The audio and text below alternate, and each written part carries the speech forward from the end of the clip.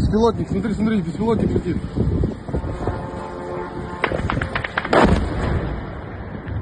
Охренеть! Охренеть!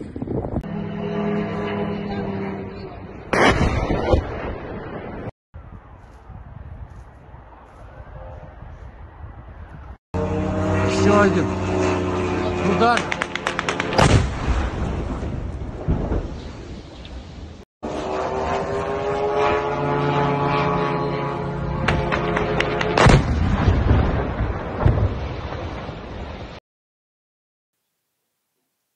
দর্শক, আজকে রাশিয়াতে এই সব হয়েছে, ড্রোন হামলা বিল্ডিংয়ে, 3টে বিল্ডিংয়ে হঠাৎ করে ড্রোন এইরকম ভাবে আছড়ে পড়ে বা ঢুকে যায় বা ঢোকানো হয়, ঠিক যেন ওই 9/11 যেটা হয়েছিল ইউএসএতে ওই টাইপের। দর্শক, নিশ্চয়ই আপনাদের মনে আছে ওখানে কি করা হয়েছিল। তো ওই রকম একটা স্টাইলে রাশিয়াতে আজকে হয়েছে।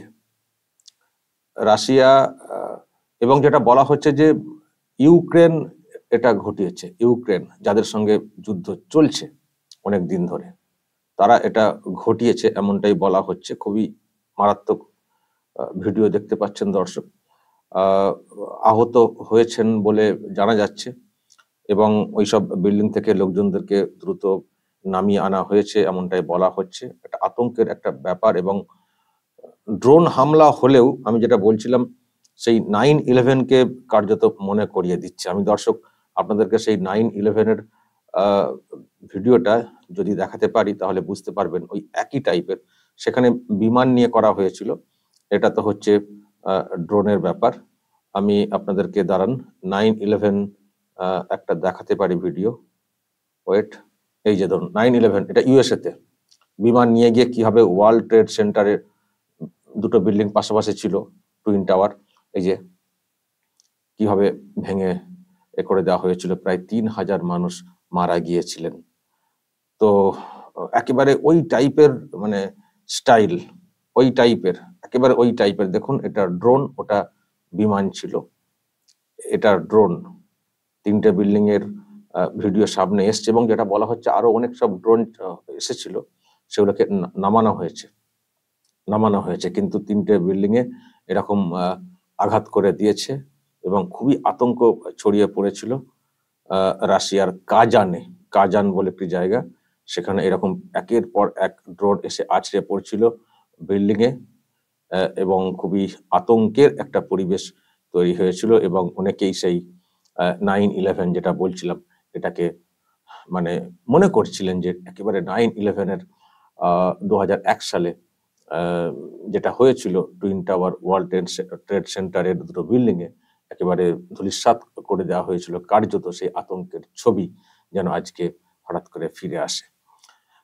দর্শক, যেটা বলছিলাম যে এটা বলা হচ্ছে যে ইউক্রেন এটা করেছে এবং ইউক্রেন থেকে রাশিয়ার কাজান বলে যে জায়গাটা, আমি যদি আপনাদেরকে দেখাতে পারি ম্যাপে, দেখুন ইউক্রেন দেখতে পাচ্ছেন আর কাজান, যে পাশেই দেখুন রাশিয়া বড় দেশ, মস্কো, এবং মস্কো থেকে প্রায় 800 কিমি দূর যেটা বলা হচ্ছে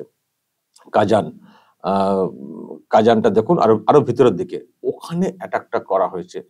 মানে এটা কি ধরনের ড্রোন, কিভাবে করা, যে কত দূরে গিয়ে অ্যাটাকটা করা হয়েছে বলে বলা হচ্ছে। ইউক্রেনকে যেহেতু দোষারোপ করা হচ্ছে যে ইউক্রেন এটা করিয়েছে, তো কোনোভাবে ওখানে করিয়েছে, কিভাবে করিয়েছে সেটা তদন্তের বিষয়।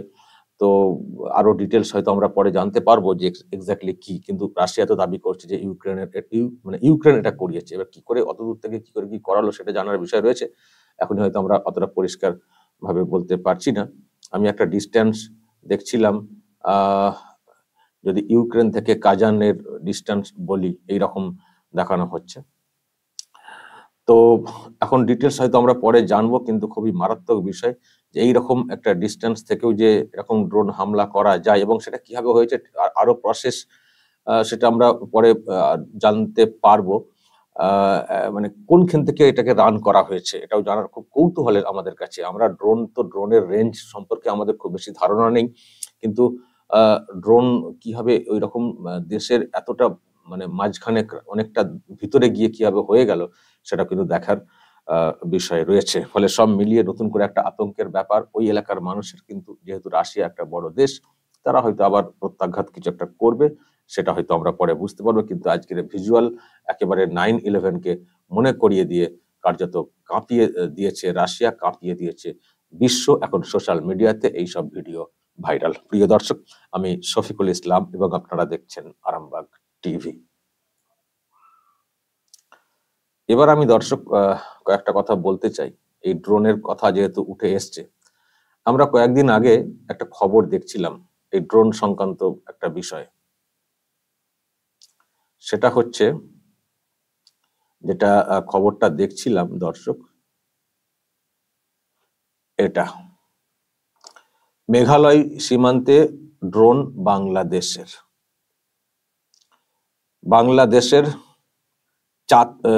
চাতক ও সুনামগঞ্জের উত্তরাঞ্চলে 0 পয়েন্ট থেকে মাত্র 200 মিটার দূরে এগুলো উড়ছিল।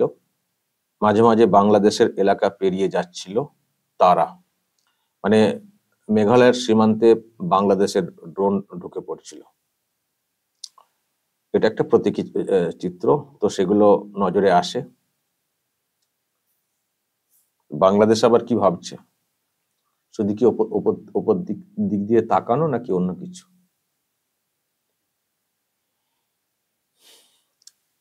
একটা মানে বিল্ডিং না, একটা নারকেল গাছে আঘাত করেই দেখাক না বাংলাদেশ। একটা নারকেল গাছে একটা আঘাত করেই দেখাক বাংলাদেশ তাদের ড্রোনকে নিয়ে।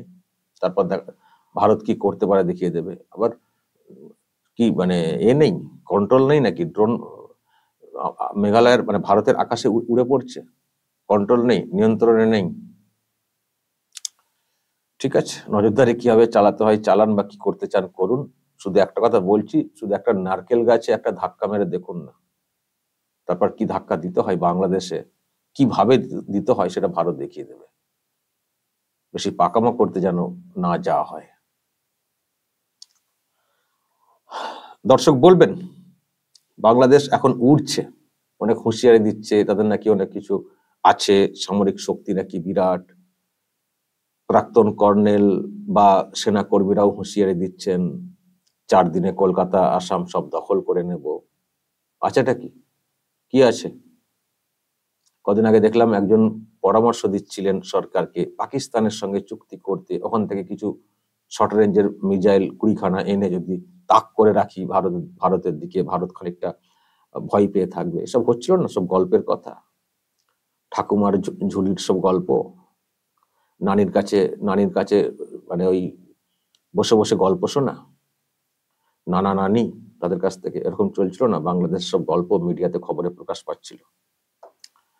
তো যাই হোক, ইউক্রেনের এই খবরটা আজকে অবশ্যই মিডিয়াতে খুবই এসছে, কারণ এটা মানে একটা ভাববার ব্যাপার। ওখানকার লোকেদের উদ্বেগ অনেক বেশি। আমাদের সরকারের অবস্থান তো আছে, আপনারা জানেন, ইউক্রেন রাশিয়ার বিষয়ে আমাদের সরকার তার মতো করে অবস্থান রেখেছে, সেটা ওদের নিজস্ব ম্যাটার। কিন্তু ব্যাপারটা নিয়ে নিশ্চয়ই ওনারা ভাববেন। আর আমাদের দেশের তরফ থেকে যদি কিছু ভাববার থাকে, দেশের লোকেরা ভাববেন। শুধু আমি ভিজুয়ালটা সামনে এসছে বলে কথাগুলো বলছি। আর বাংলাদেশের ড্রোনের খবরটাও শুনেছিলাম বলে এটা আর কি আপনাদেরকে দেখাতে এলাম, এবং বাংলাদেশের ব্যাপারটাও একটু স্মরণ করাতে এলাম। এবার দর্শক বলুন, এসব দেখে বাংলাদেশ কি একটু এগোবে নাকি? রাশিয়াতে ড্রোন দিয়ে হামলা করা যাচ্ছে, চলো আমরাও একটু চেষ্টা করি, এরকম কি এগোবে? যদি এগোই তাহলে আমাদের প্রত্যাঘাত কি হতে পারে? দর্শক বলবেন আপনারা, যা বলার বলবেন, কমেন্ট বক্সে নজর রাখবেন আরামবাগ টিভিতে।